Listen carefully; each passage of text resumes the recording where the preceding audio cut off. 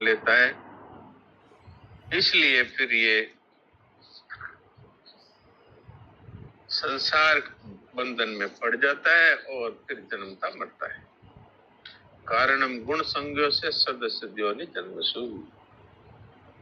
ये गुण क्या है? चाहे प्रकृति कह दो, चाहे गुण कह दो, चाहे संसार कह दो, और चाहे शरीर कह दो, सब एक ही बात। तो ये वास्तव में तो ये निर्लिप्त है सर्वथा। संसार से इसका कोई संबंध नहीं है। जैसे पहले भी मैंने आपकी सेवा में ये बात की थी कि जैसे सूर्य और अंधकार, इनका कभी मेल हो ही नहीं सकता। इस तरह से हमारा जो चेतन स्वरूप है, वो चाहे कितना ही उपद्रष्टा बन जाए, अनुमंता बन जाए, कर्ता मान ले अपने को, भोक्ता मान ले, और इस सब का ईश्वर मान ले, मैं इसका मालिक हूँ, शरीर का सब कुछ मान ले, इन मानने के बाद भी वो स्वरूप से तो रहता है निर्लिप्त, पर ये परमात्मा का अंश होने के कारण से इसमें मानने की स्वाधीनता, और इस स्वाधीनता के कारण से ये शरीर को और संसार को अपना मान लेता है, और इसको छोड़ भी सकता है। और इसको छोड़ने का, इसको संबंध, माने हुए संबंध को अस्वीकार करने का ये मौका सिर्फ मनुष्य जीवन में है, और किसी भी योनि में ये मौका नहीं है। वहां न तो ऐसा अधिकार है, न ऐसी योग्यता है, क्योंकि इस प्रकार का विवेक केवल मनुष्य शरीर में ही है। तो इसको कहा है पुरुष, अर्थात परमात्मा ही है ये। अभी इस श्लोक में ये कह भी दिया, उपदृष्टा अनुमंता च भर्ता भोक्ता महेश्वर परमात्मेति चाप्युक्तो। ये परमात्मा ही कहा जाता है, और इस देह में रहता हुआ भी ये देह से सर्वथा संबंध रहित ही है। तो चाहे कितना ही हम संसार को अपना मान लें, और मानने से जन्मते रहे, मरते रहे, लेकिन हमारा स्वरूप जो है वो ज्यों का त्यों ही रहता है। इसमें एक बात ये भी कही गई कि हमारा जो अहम है, उसी के कारण से ये है परमात्मा, ये हूं रूप से, और हमें अनुभव में आता है मैं हूं। वास्तव में ये है परमात्मा स्वयं ही, यही तो भोक्ता बनता है और यही कर्ता बनता है, और बनता ही है वास्तव में। न तो भोक्ता होता है, न कर्ता होता है वास्तव में, क्योंकि है तो खींचता नहीं, और हूं है वो अपने आप को खींचता हुआ मान लेता है। अर्थात ये धन को अपना मान लेता है, शरीर को अपना मान लेता है, और जो सुख दुख आते हैं उनको भी ये अपना मान लेता है। सुख में परिस्थिति है, उसमें ये राजी हो जाता है, दुख में परिस्थिति में दुखी होकर रोने लगता है। ये अच्छी तरह जानता है कि सुख दुख आने जाने वाले हैं, और मैं वही हूं, क्योंकि सुख आने पे कोई मैं दूसरा नहीं हो जाता, दुख आने पे मैं दूसरा नहीं हो जाता। इतनी बात जानते हैं, लेकिन इस विवेक से काम नहीं लेते, अर्थात अपने आप को संसार और शरीर से अलग अनुभव नहीं करना चाहते। मैं तो यही कहूंगा, क्योंकि वास्तव में वो चाहते ही है कि मैं भोग भोगता रहूं और संग्रह करता रहूं। भोगेश्वरी प्रसक्ता नाम तया प्रति जैसा व्यवसायत्मका बुद्धि समाधव न विधीयते। समाधव अर्थात परमात्मा में उनकी प्रवृत्ति होती ही नहीं। क्यों नहीं होती है? कि वो भोग और ऐश्वर्य में, अर्थात सब इकट्ठा कर लूं, रुपया और सामान, और इसको भोगता रहूं। अब वो ये नहीं सोचता कि कितने दिन भोगेगा। ये तो सब के सब बिछड़ जाते हैं, जीते जी बिछड़ जाते हैं, और मरने के बाद तो खैर बिछड़ना होता ही है, जीते जी भी बिछड़ जाते हैं।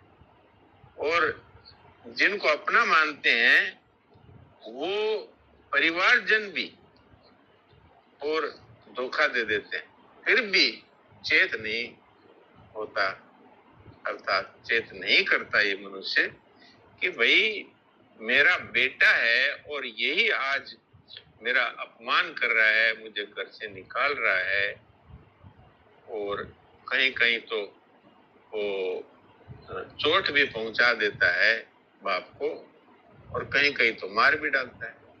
अब इतनी बात दूसरों को भी तो समझनी चाहिए कि ये बेटा होते हुए इसको मार दिया इसने। इसका अर्थ ये है कि भाई संसार में कोई भी वास्तव में अपना नहीं है।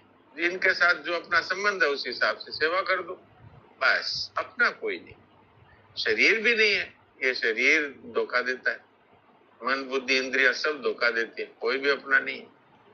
तो इतनी सी बात हमको समझनी है। इन सब श्लोकों में जो बात आई है उसका सार जो समझ में आया आपकी सेवा में रख दिया। अब किसी का कोई प्रश्न है तो प्रश्न करें। नारायण नारायण।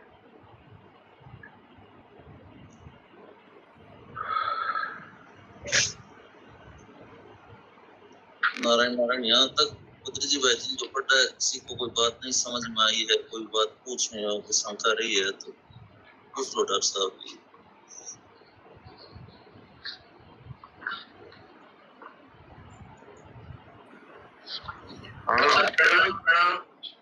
हाँ प्रणाम।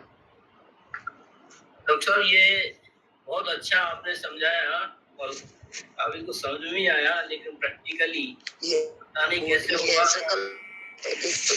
तो मेरा मतलब ऐसा मानना क्या मतलब पढ़ा भी है, ये तो तीनों गुण जो है ना जन्म से ही लग जाते हैं, तो प्रकृति में है, और ये शरीर जो है प्रकृति का है। मेरा जो है आपसे रिक्वेस्ट ये है, वे छोटे शब्दों में कि गुणातीत कैसे हुआ जाए। राजवीर जी आप क्षमा करेंगे, अभी बीच में एक फोन आ गया जिससे कनेक्शन कट गया। आप एक बार अपना प्रश्न दोबारा दोहराइए कृपया। डॉक्टर ऐसा है कि ये जो तीनों गुण हैं, सत्वगुण रजोगुण तमोगुण, पहले से ही हमारे जो शरीर है ना, ये शरीर ही मतलब उससे संबंधित है। तो जी अब जो बड़े हो रहे हैं, हम बड़े हो गए हैं, तो अभी मतलब क्या करें, कैसे गुणातीत हो जाए और फिर जो है ना इसमें दोबारा से इसमें संसार में आना पड़े, जन्म मृत्यु। ये बात है कि अब हम बड़े हो गए, इसका तात्पर्य ये है कि अब हम मृत्यु के नजदीक पहुंच रहे हैं जी। तो अब हम जो मैं ऐसा जो बोलते हैं, इस पर हमें एक विश्लेषण करना है कि हाँ शरीर में हूं क्या, यानी मल में हूं कि मूत्र में हूं कि हड्डी में हूं कि चमड़ी में हूं कि आंख में हूं कि नाक में हूं कि पांव में हूं। अगर मैं यही हूं तो इसको तो मनुष्य शरीर में जान सकता है कि मैं मलमूत्र नहीं हो सकता, मैं हड्डी चमड़ी मांस नहीं हो सकता। तो आदमी समझ सकता है इस बात को। और जो मनुष्य होते हुए भी और इसी को मैं मानता है, तो मैं उसको यही समझता हूँ कि वो वास्तव में पशु होने लायक ही था, भगवान ने कृपा करके मनुष्य बना दिया। तो आप कहेंगे कि ये तो बहुत से ऐसे लोग हैं। हाँ, वो इसलिए है कि उनको ये बात सुनने को मिली नहीं, सत्संग मिला नहीं जी। विवेक तो सबके पास है, लेकिन तुलसीदास जी महाराज कहते हैं कि बिनु सत्संग विवेक न होई, अर्थात वो विवेक जागृत नहीं होता। तो हमें संतों की वाणी मिल गई, अनुभवी संतों ने ये कह दिया, और हमारे अनुभव से भी ये सिद्ध होता है कि ये शरीर है और इंद्रियां है और ये साथी है और सामान है, ये सब का सब, ये प्राण रहते रहते भी बिछुड़ जाता है, और एक दिन ये पूरा ही बिछड़ जाएगा। तो इससे पहले ही क्यों ना हम ये स्वीकार कर ले कि भाई ये शरीर है, ये संसार की वस्तु है, इसलिए इसको संसार की सेवा में लगाना है, इससे मेरा वास्तव में कोई संबंध नहीं है। इसको भोजन देना है, ऐसे देना है जैसे कोई हम अपने पास रहने वाले उपयोगी व्यक्ति को हम भोजन देते हैं, उसको रहने के लिए व्यवस्था भी करते हैं, उसके लिए सारी व्यवस्था और उसकी सेवा निस्वार्थ भाव से करने में कोई हर्जा नहीं है। इस तरह हम कर सकते हैं। और जितने भी हमारे साथ रहने वाले हैं, परिवारजन हैं, उन सबको अपना न मानते हुए जिस संबंध से वो हमें अपना मानते हैं, उस संबंध से पत्नी पति मानती है तो पति की तरह उसके लिए कर्तव्य पालन करें। अगर भाई भाई मानता है तो हम भाई की तरह उसके साथ अपने कर्तव्य पालन करते हैं। इसी तरह पिता, इसी तरह माता, इसी तरह सेवा करते हैं, उनकी सेवा करते रहे। लेकिन अपना जो आज तक मानते रहे, अब हमको समझ में आ गया, अपना वो होता है जो सदा साथ रहता है, वो अपना नहीं होता जो सदा साथ नहीं रह सकता। तो हमारा संसार और शरीर के साथ सदा रहने की तो बात भूल जाइए, ये प्रति क्षण वो हमसे अलग हो रहा है, प्रति क्षण। तो इतनी बात मनुष्य समझ सकता है। तो अब ये क्या, हम क्या शरीर छोड़ दें, आत्महत्या कर लें? नहीं। क्या धन को सड़क पे फेंक दें? क्या माता पिता भाई बंधुओं को कह दे तेरा मेरा कोई संबंध नहीं? ये बात नहीं। इसको तो हमें मन में जो हमने पकड़ा था उसको हम छोड़ दें। धन ने कभी हमको नहीं पकड़ा, मकान ने कभी हमें नहीं पकड़ा, किसी ने भी हमें नहीं पकड़ा, लेकिन हमने ही इनको अपना माना था, तो हमें ही छोड़ना पड़ेगा।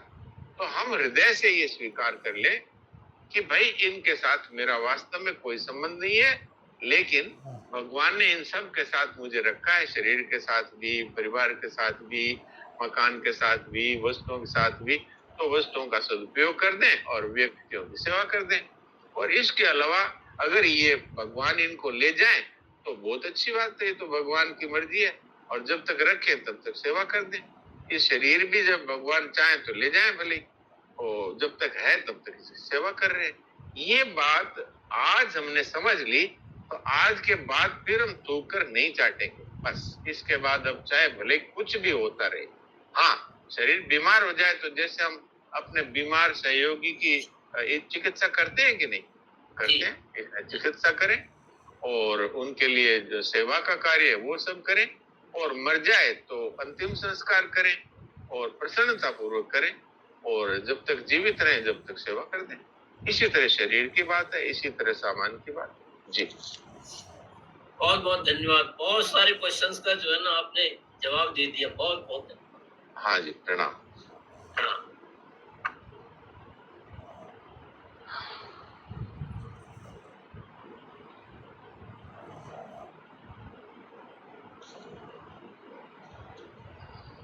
नारायण। हाँ, और कोई प्रश्न हो तो करें। हमारे हरिओम जी भी बैठे हैं, बद्री भाई जी भी हैं, और मोहन भाई जी भी हैं, और जितने भी महानुभाव विद्वान सब बैठे हैं। आप प्रश्न करें तो कोई भी उत्तर दे सकता है।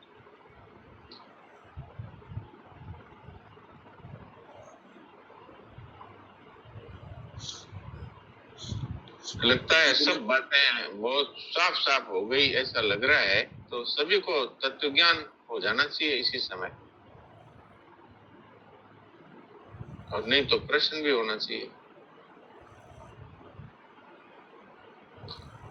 और वास्तव में तत्व ज्ञान कोई बहुत बड़ा कोई आसमान से उतरने वाला ज्ञान नहीं है। ये तो हमें भगवान ने जो दिया है उसके अनुसार हमने इसको जीवन को चलाया नहीं, इसलिए आज ये बातें हमें सुननी है और इनको समझना है।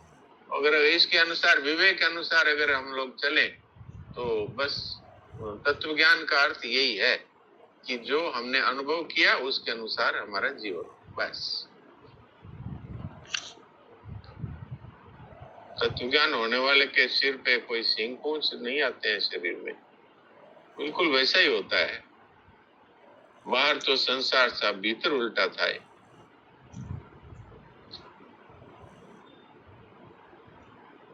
जी हाँ महाराज जी, राम राम। राम राम, बोलिए। महाराज, मैं आज सुबह में चर्चा हो रही थी तो उसमें हरिओम भाई कह रहे थे कि जो काशी में है वो हिंदुओं का सब रात भर जलते रहता है, तो मुझे तो जैसा पता है कि हिंदू का सब रात में नहीं जलना चाहिए, दिन में ही जलता है, तो इसका थोड़ा क्या ये है तो थोड़ा स्पष्ट हो जाएगा तो अच्छा है। मतलब दिन और रात जलता है ऐसा? हाँ, हरिओम भाई बोल रहे थे, हरिओम भाई तो बोले हाँ, ऐसा ही है। मणिकर्णिका घाट है, वहां पर रात और दिन जलता है। उसका तात्पर्य ये है जो शास्त्रों में बताया गया है कि जैसे हम सूर्य भगवान की साक्षी में और देते हैं उनको अग्नि मृत व्यक्ति को, ऐसे ही वहां गंगा जी के साक्षी में दे सकते हैं। वहां गंगा जी मौजूद है, इसलिए उसको ठीक बताया है। अब बाकी जगह फिर रात में नहीं जलता है ना, बाकी जगह तो ऐसा इधर। हाँ, बाकी जगह गंगा जी जहाँ है वहां पर जल सकता है, लेकिन गंगा जी नहीं है तो फिर गंगा जी की साक्षी में होना चाहिए। जी और मणिकर्णिका घाट को हो सकता है वहाँ शिवजी महाराज ने ये स्पेशल स्टेटस दे रखा है। वहाँ शिवजी महाराज स्वयं आकर के राम नाम सुनाते हैं, तो मणिकर्णिका घाट को स्पेशल स्टेटस दे रखा होगा। इस बारे में हरिओम जी ज्यादा बताएंगे अच्छी तरह। हरिओम जी बताइए। हाँ, प्रणाम डॉक्टर साहब। प्रणाम। गंगा जी काशी के बाहर से आती भी हैं और काशी के बाहर भी निकल भी जाती हैं जी। तो गंगा जी का किनारा काशी के बाहर जहाँ जहाँ पड़ता है वहाँ एक समय है, वो ब्राह्मण लोग बता सकते हैं, 9-10 बजे के बाद या रात में चिता नहीं जलती है गंगा जी किनारे। काशी अभिमुक्त क्षेत्र है, सृष्टि खंड में उसकी गणना नहीं होती है, इसलिए काशी में जीवों की मुक्ति को ध्यान में रखते हुए कि वहाँ भगवान बाबा विश्वनाथ का एक संकल्प है कि यहाँ मनुष्य नहीं किसी भी प्राणी की अगर अंत्येष्टि होती है तो उसको भगवान जो है साबर मंत्र से मुक्त कर देते हैं, तो इसलिए वहाँ 24 घंटे अग्नि प्रवाह का दाह का जो है कार्यक्रम चलता है। काशी के बाहर ये नियम लागू नहीं है जी। नियम लागू नहीं, तो बस ये इन्होंने अभी देखिए मेरी बात को शुद्ध कर दिया। मुझे ये था कि भी गंगा किनारे कहीं भी हो तो, लेकिन ये मणिकर्णिका घाट अथवा उस एरिया में, जैसे केदारखंड वहां का बताया गया है जहां पर कोई मरने वाला है उसको भगवान आकर के सुनाते हैं। केदारखंड वहां का इलाका है जी। तो वो अभिमुक्त क्षेत्र जो काशी का है वो केदारखंड ही है।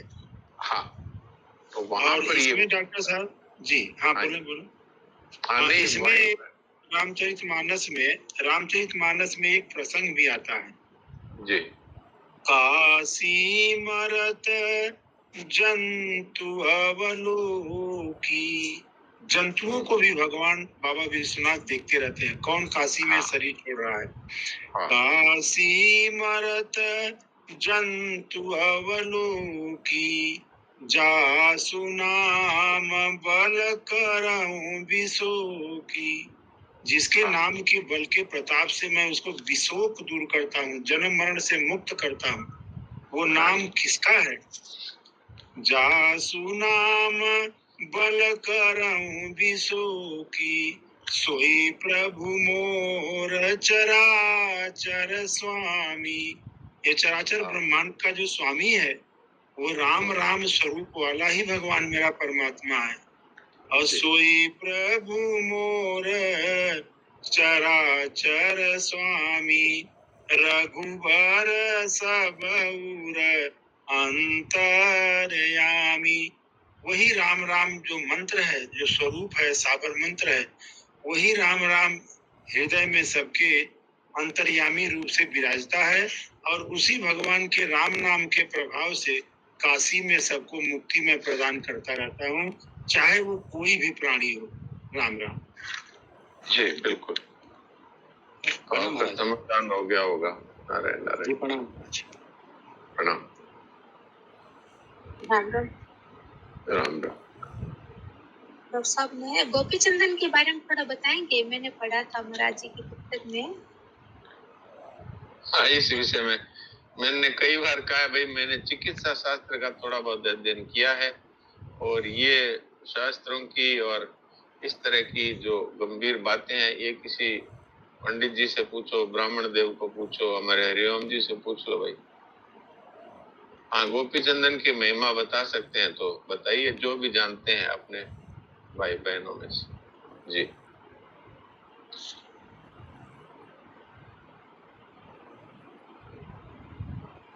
मैं तो संतों की बातें सुन सुन करके ये बातें बोल देता हूँ, मेरे विशेषता से कोई अध्ययन नहीं है। जी। सर प्रणाम। ये राजा गोपी चंद जो है ये एक हाँ। बहुत विलक्षण योगी हुए थे। हाँ, लेकिन ये मुझे थोड़ा सा कोई आदमी बता दे, मैं थोड़ा सा भ्रम में रहता हूँ, पक्का नहीं हुआ कि ये भर्तरी हरि और राजा गोपी चंद में क्या कोई अंतर है या एक ही है? हमारी दृष्टि में तो एक ही है। अच्छा, अब ये इनका बहन जी का उत्तर बहुत बढ़िया से मिल सकता है और मैं कोशिश करके डाउनलोड करके भी दे सकता हूँ और खुद भी खोज ले। ये जोधपुर शहर है ना, राजस्थान में जोधपुर। हाँ है। वहाँ राम द्वारा है। हाँ जी। वहाँ गोपी चंद का भर्तरी मामा भजनों में गाया जाता है डॉक्टर साहब।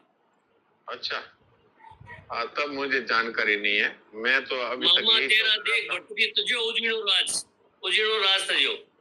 हाँ, तो तब मैं भूल में हूँ, और जो आज आप लोग जो सही जानते हैं वो कृपया बताएं। हाँ, तो उसमें डॉक्टर साहब ये है कि वहाँ राम स्वरूप जी महाराज जी हैं, वहाँ के इस महंत हैं। तो उन्होंने इनको डोंगरदास महाराज जी को, पूज्य मनमोहन दास महाराज जी को और नवल राम महाराज जी को, ये लोग को भी बुलाए थे, नारायण दास महाराज जी को। और साथ में एक प्रज्ञा चक्षु कोई बाबा आए थे। वहाँ वर्षी मनाई जाती है साल में एक बार। हाँ। तो वहाँ भर्तरी हरि चरित्र पूरा 1.5 घंटा, 1 महीना के लिए, 1 महीना 1.5 घंटा प्रतिदिन वो प्रज्ञा चक्षु बाबा ने डॉक्टर साहब इतना बढ़िया भर्तरी हरि चरित्र को गाया। गोरखनाथ दरबार में गए थे, वहीं संत हुए वो। तो जिन बहन की को अगर जिज्ञासा हो इसके बारे में जानने के लिए, तो वर्षी वाला कार्यक्रम है, वहाँ चाहे तो देख ले, रामद्वारा में, जोधपुर में। और उतना अच्छा तो, क्योंकि उस शास्त्र को पढ़ना संभव नहीं है और वो बड़े अच्छे ढंग से बाबा ने बताई है। जी प्रणाम। हाँ, सूर सागर रामद्वारा की बात कर रहे हैं ये। हाँ। वहाँ पर तो गोपी चंद के बारे में जान सकते हैं। और एक गोपी चंदन के बारे में भाई मुझे ठीक से पता नहीं है, उसको पवित्र मानते हैं, इसलिए मृतदेह के ऊपर गोपी चंदन का लेप करते हैं, ये तो मुझे पता है। लेकिन ये इसकी और क्या विशेषता है वो मेरे को, कोई शास्त्र जानने वाला या कोई इस विषय में अधिक जानने वाला उनसे पूछ लीजिए भाई। डॉक्टर साहब, एक मेरा प्रश्न बन रहा है। हाँ बोलिए। थोड़ा सा हो सकता है विनोदी भी हो जाए, लेकिन है तो तत्व से जुड़ा हुआ ही। हाँ, कोई बात। जैसे माता मदालसा ने अपने बच्चों को जन्म देते ही कल्याण कर दिया। हाँ। अब वो विदुषी महिला थी, तत्वज्ञ थी, जीवन मुक्त थी, उन्होंने कर दिया। हाँ। लेकिन हमारे माता पिता जो समाज में है, उनको या तो जिनको सत्संग मिला है उनके चरणों में प्रणाम है, लेकिन अमूमन जिनको सत्संग नहीं मिला है वह इस जीव के बंधन युक्त जीवन में और ज्यादा बंधन जोड़ने में सफल हो जाते हैं अज्ञानता के कारण। और किसी कारण से उनको आगे जाके सत्संग मिल जाए और वो उस बच्चे को ले जाए संत के नजदीक, सत्संग के नजदीक, तो काम हो जाए। या वो न ले जा पाए, यही जीव जो बड़ा हुआ, मनुष्य हुआ, यही कहीं संत की छाया में पहुंच गए, सत्संग में पहुंच गया, विवेक जग गया, तो बात अलग है। तो प्रश्न ये बन रहा है कि जब हम सत्संग में ये जान गए कि ये मैं नहीं हूँ, और आपने बहुत अच्छे ढंग से उसको वेरीफाई भी कर दिया कि ये मैं नहीं हूँ, ये मैं नहीं हूँ, तो जो मैं हूँ इसका पता चल गया। और सोते समय बहुत से ऐसे साधक हैं जो ये कोशिश करते हैं कि मैं भगवान का नाम लेते हुए या विवेक के द्वारा ऐसे नींद में जाए शरीर कि हम अपने विवेक से ही जगना चाहें, तो वो जगते होंगे मुझे तो नहीं पता, लेकिन मैं नहीं जग पाता हूँ, क्योंकि अचानक नींद में चली जाती है शरीर मेरे सहित, और जागता हूँ तो शरीर पकड़ता ही हूँ, तब मुझे अपना होश होता है। जबकि चेतन स्वयं चेतन स्वरूप ही है, उसको किसी के ज्ञान की आवश्यकता नहीं है। तो ये सोते समय बेहोशी में जाना और जागते समय होश आना मैंपन के लेकर के, तो ये एक प्रकार से शरीर तादात्म्य वाला ही तो जानना हुआ, मैं के द्वारा ही। ये स्वयं के द्वारा विवेक में कैसे जाए और विवेक में कैसे उठे, इस पर थोड़ा सा प्रकाश डालें। अच्छा, ये बताइए कि जब आप जागते हैं तब आप जो होते हैं वही गहरी नींद में होते हैं और वो फिर जागने पर होते हैं, या कोई नींद में कोई दूसरा हो जाता है? नहीं, तीनों स्थिति में हम स्वयं वही रहते हैं जो हैं। हाँ, तो फिर इसको क्या बुद्धि से याद करने की जरूरत है? हमने अभी तक माना था ये शरीर में हूँ, और अब हमने ये स्वीकार कर लिया कि शरीर से मेरा दूर दूर तक कोई संबंध नहीं है। तो अब इस बात को हमें टेस्ट करने की जरूरत नहीं है कि हम सुबह इसको याद करेंगे कि नहीं, मैं आत्मा हूँ, शरीर में नहीं हूँ, संसार शरीर से मेरा कोई संबंध नहीं है। इसको बुद्धि से याद किस लिए करना है? मैं तो ये उदाहरण कई बार देता हूँ, नाम जैसी असत वस्तु को भी हम दोबारा याद नहीं करते, जाग करके करते हैं क्या? न, तो वो तो असत वस्तु है, उसको हमने अपने में डाल लिया, इसलिए अब उसकी याद करने की जरूरत ही नहीं है। ऐसे इसका मतलब हो गया कि हम अब मूर्खता से फिर जड़ बुद्धि को पकड़ें और उस विस्मृति को बुद्धि में स्मृति में लाएं, तो ये तो एक प्रकार से बड़ा गलत हो जाएगा। हाँ, ये हमारी आदत बनी हुई है, हर चीज में हम कुछ करके और सफल होंगे, ये हमारी आदत है। इसमें करने का कोई काम ही नहीं। इसमें तो विश्राम से ही आप पहुंचते हैं आत्म स्वरूप में। विश्राम ही, इसलिए तो मूक सत्संग है, वो आत्मज्ञान का सर्वोत्कृष्ट उपाय है। क्रिया से तो संसार की वस्तुएं मिलती है, बुद्धि से संसार की वस्तुओं के बारे में निर्णय होता है। लेकिन हमारे होनेपन क्या बुद्धि में याद रखे के कारण से हमारा होनापन है? ये एक साधकों में, हम सब साधकों में एक बड़ा भ्रम है कि भाई हम बुद्धि से याद करें कि अरे मैं आत्मा हूं। एक बार स्वीकार कर लिया, जैसे आपने स्वीकार कर लिया कि मेरा नाम हरिओम है या दिनेश कुमार है, दिनेश कुमार सिंह है, तो अब आपको याद करने की जरूरत ही नहीं है। ऐसे ही हमने एक बार ठीक स्वीकार कर लिया कि ये जितनी भी मान्यताएं हैं जो हमने शरीर के, नाम के और जाति के, वर्ण के बारे में मान रखी है, अथवा संसार के बारे में जो कुछ मान रखा है, और जिसको मेरा भी मान रखा है, मैं भी मान रखा है, ये वास्तव में सब की सब असत होने से वस्तुतः इनकी कोई सत्ता नहीं। तो जो दिखती है वो इसलिए दिखती है कि ताकि हम इनका सदुपयोग अथवा इनकी सेवा कर सके, जीवित उनकी सेवा करें और जो वस्तु है उनका सदुपयोग करें। इसके लिए एक बार हमने जान लिया कि मैं ये नहीं हूं, इसके बाद क्या इसको रटना पड़ता है, मैं ये नहीं हूं, मैं ये नहीं। और आप देखिए कि आपने अपना नाम दिनेश कुमार सिंह से हरिओम रख लिया, तो आप इसको स्वीकार कर लेते हैं, तो आप हरिओम नाम से बोलते ही हैं जी। तो इसी तरह हमने एक बार स्वीकार कर लिया कि मैं मलमूत्र और इसके थैला में नहीं हूं, और मैं वास्तव में इसका और मेरा दूर दूर तक कोई संबंध नहीं है। सूर्य और अंधकार में अगर कोई संबंध हो तो इसमें संबंध हो सकता है। इसलिए अब इस क्षण के बाद हम इस बात को कभी भी याद करने की कोशिश नहीं करेंगे और कभी भूलेंगे भी। क्यों, कैसे भूलेंगे? पता लग गया कि हमारा स्वरूप ही है।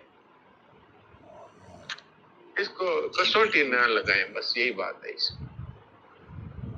इसका मतलब है कि अवस्थाओं में अपने को ले जाना फिर कसौटी करना, तो ये तो एक प्रकार से बहुत बड़ी मूर्खता है। हाँ, ये एक प्रकार का परिश्रम है और अभ्यास है। संसार में परिश्रम और अभ्यास की जरूरत है, और जो स्वतः सिद्ध पहले से आप अपने आप को चेतन किसी क्रिया से बनाएंगे नहीं, स्वयं संवेद्य है। तो नित्य सर्वगत स्थाणु रचलो अयम सनातन, ये पहले से है कि हमारे किसी साधन से होगा? नहीं, स्वतः स्वाभाविक।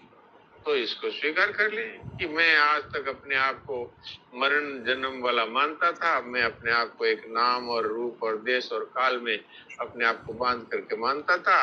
आज इसी क्षण के बाद में मेरा इन सब से कोई संबंध नहीं है।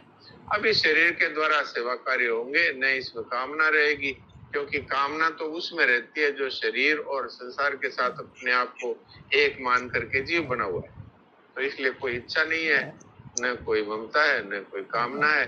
और अहम किस में हुए? अहम तो उसमें होता है जो शरीर के साथ अपने आप को जोड़ करके जीता है। हाँ, नहीं तो अहम का सर्वथा अभाव है, ये पहले से ही है। इसलिए अर्जुन ने ये नहीं कहा कि अब मैं साधन करूंगा, उसने कहा नष्टो मोह स्मृति लब्धा, अब मैं आप कहेंगे वैसा करूंगा। तो हम भी उनके कहे अनुसार करेंगे, अर्थात अब इस शरीर के द्वारा वही क्रियाएं होगी, क्यों ममता और कामना के बिना पाप हो नहीं सकते। ममता कामना अहंता के बिना पाप हो ही नहीं सकते। इसलिए अभी शरीर के द्वारा वही होगा जो परमात्मा चाहते हैं। परमात्मा ही अब इस शरीर के द्वारा जो करवाना चाहेंगे करवाएंगे। जी डॉक्टर साहब प्रणाम। एक बात बहुत विलक्षण आज प्रकट हुई अभी इस चर्चा से कि 18वें अध्याय के 66वें श्लोक में स्वामी जी महाराज ने कहा निश्चिंत निशोक निर्भय और निशंक हो जाओ, तो वो तो शरणागति का फल बताया। लेकिन दो चीज स्वामी जी महाराज ने वहां बताया था। अभी अजय जिंदल भाई जी ने 4-5 दिन पहले उसकी चर्चा की भी थी। वहां स्वामी जी महाराज ने दो बातें और रखी है कि कभी भी उसकी कसौटी मत करना और प्रीत भावना मत करना। ये दोनों चीज साधक के लिए बड़ी खतरनाक है। अभी आप जो बता रहे थे ये कभी भी उसमें ले जाके जोड़ना फिर उसको छुड़ाना, या विस्मृति में स्मृति सापेक्षता से करना, स्वयं संवेद्य चीज है तो उसको फिर किसी जड़ता से कसौटी क्या है। तो मतलब ये विपरीत भावना और परीक्षा लेना, ये दोनों साधक के लिए बहुत खतरनाक है। ये बात आज प्रकट हुई। वहां पढ़ने में आता था कि ये दो चीज स्वामी जी ने अलग क्यों लिखा, लेकिन जानकारी नहीं हो पाती थी कि क्यों लिखा गया। आज ये बात आई कि कसौटी भी नहीं करना है, विपरीत भावना भी नहीं करना है। जी प्रणाम। बिल्कुल बिल्कुल। राम राम बोलिए मोहन भाई जी। महाराज इससे तो अपना जीवन का विश्लेषण नहीं करें। नहीं करो, जीवन का विश्लेषण भले ही करो, पर इस स्वीकृति को अब दोबारा करने की जरूरत है क्या? नहीं, स्वीकृति तो महाराज तो अपने आप स्वतः सिद्ध है। जीवन का विश्लेषण तो ये करना है कि जिन जिन को हम सत्य मानते हैं वो असत्य है, इतना ही विश्लेषण काफी है। प्रणाम महाराज, प्रणाम। डॉक्टर साहब जी, अभी आनंद देव जी महाराज का गीता भवन में अभी प्रवचन चल रहा है। हाँ जी हाँ जी। तो वो हर साल आते हैं। तो ये 5-6 वर्ष पहले की बात है। तो उन्होंने कुंती स्तुति की व्याख्या कर रहे थे वो। हाँ जी। तो भागवत के कुंती स्तुति की, तो उसमें स्तुति करते करते उसकी व्याख्या करते उन्होंने एक बात बताई कि जब मैं छोटा था उस समय मेरे को गीता प्रेस की एक पुस्तक मिली। उसमें मैंने ये पढ़ा कि दृश्यमान जगत सब नाशवान है, परिवर्तनशील है, जड़ है।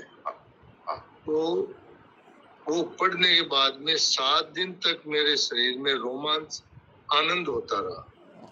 ये इतनी बात कह के उन्होंने इस बात को, क्योंकि ये कुंती स्तुति के तो थोड़ी अलग से पढ़ती थी, किंतु संत महापुरुष से उनके मुंह से निकल गया।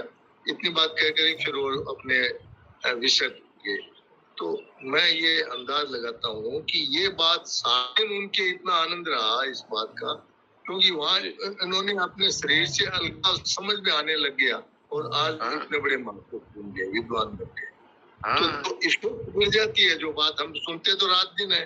आप लोग हमें विज्ञ समझाते भी हैं, तो हम सुन लेते हैं और फिर 4 बज गया खत्म, अपने धंधे में लग गए। तो ये जो जीवन में जब तक नहीं उतरेगी तब तक इनका विशेष असर ना रहेगा। हाँ, उन्होंने जो ये कहा ना, इसके पीछे ठोस कारण है। तो उस कारण जैसे आपने बताया शरीर से अलग अनुभव अपने आप को कर लिया। और दूसरा इसका कारण है कि सत चित और आनंद, जो आनंद है वो प्रकट हो जाता है। इस संसार के सुख दुख अलग चीज है, वो आनंद है ना, वो पहले से है, वो भगवत स्वरूप है। तो जैसे ही संसार से संबंध विच्छेद हुआ तो आनंद प्रकट हो गया, और 7 दिन तक उनको ऐसी मस्ती रही। हाँ, तो वो उन्होंने बचपन में इस बात को धारण कर लिया। हाँ बिल्कुल। अभी हम लोग धारण कर लें तो अभी सब लोग इसी मस्ती में रहेंगे, फिर जीवन मृत्यु और परिस्थितियों का कोई अर्थ ही नहीं रहेगा। ये बात एकदम ये शरीर की है ना। स्वामी जी महाराज ये बात बताते थे, स्वामी जी महाराज ये बात बताते थे कि आप इसको करो और देखो फिर मेरे को बताना। हाँ हाँ। तो ये भी कहते थे कि कोई मेरी परीक्षा तो करे इन बातों की, कम से कम मैं जो ये बातें कहता हूँ कोई परीक्षा तो करे इसकी। हाँ, उनका तात्पर्य ये था कि इन पर कोई चलकर देखे तो सही, चलकर देखे एक बात। तो वो आनंद स्वरूप प्रकट होता है। और क्या, ये सारे संसार से संबंध मानने से तो सुख दुख है। संसार से संबंध छूटते तो सच्चिदानंद। हम लोगों को आज तो आपने तत्वज्ञ बता दिया हम लोगों को। मैंने तो ये संभावना कही है कि भाई अगर कोई प्रश्न नहीं है तो प्रश्न 2 में नहीं होते, या तो कुछ समझा ही नहीं तो कोई प्रश्न होगा ही नहीं, और या सब कुछ समझ गए तो प्रश्न हो गए नहीं। तो सब चुप थे, तो मैं यही सोचा कि भाई सब समझ गए। ठीक है जी, इसी आधार पे कहा। और वैसे देखा जाए तो सब मुक्त है ही, अपने आप को मान रखा है बंधन में, क्योंकि स्वरूप तो सबका जो का त्यों ही है।